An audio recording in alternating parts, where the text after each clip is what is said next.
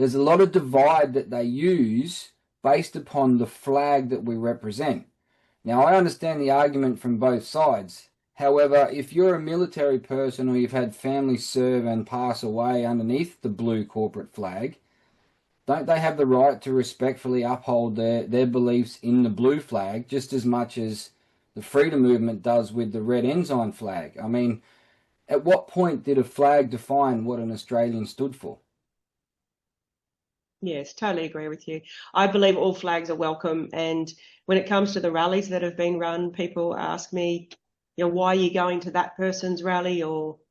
My opinion across all of it has been, I will go to every rally, but I will go to any freedom movement rally, regardless of who is running it, because I've run rallies myself and I know how much it costs. We've spent fortunes. Freedom Financial Solutions has donated fortunes to run rallies. They're not cheap. You're looking at 20 to 30,000 every rally. So I'm not going to not attend a rally just because somebody's saying you can't have the blue flag or you can't have the red flag or whatever. I will turn up and I will fly whatever flag I feel comfortable flying and give my support, because what we're trying to show is that there is a unity for Australia and there are people willing to stand up.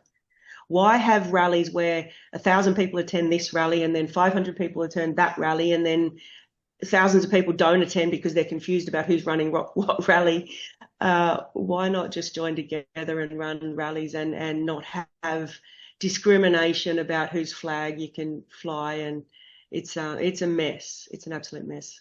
I 100% agree with everything you said. And this is what I try to get across to a lot of people when I talk about this, and that is, can you name me another country that has been so divided that they can't even agree on what our national flag is?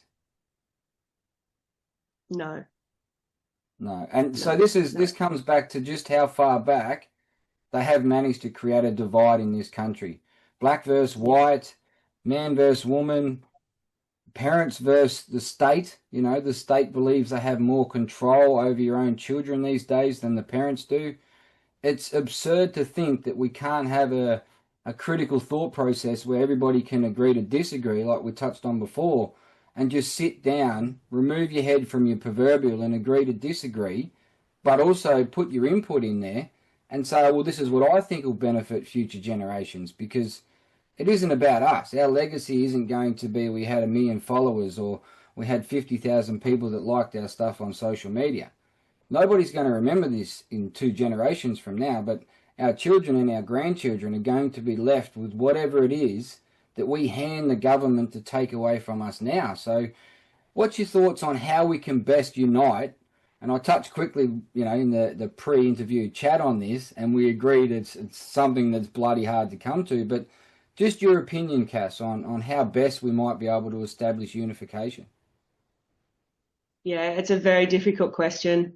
As I said before, the meeting was, I don't know, and I wish I had the answers, and I battle with it. Sometimes I battle with it, and it gets me upset just thinking we've got no way forward. This is just, we have no way forward. They have successfully divided us to the point that we cannot succeed.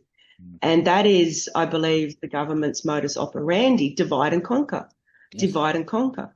Because if we stood together, we'd have a chance of winning.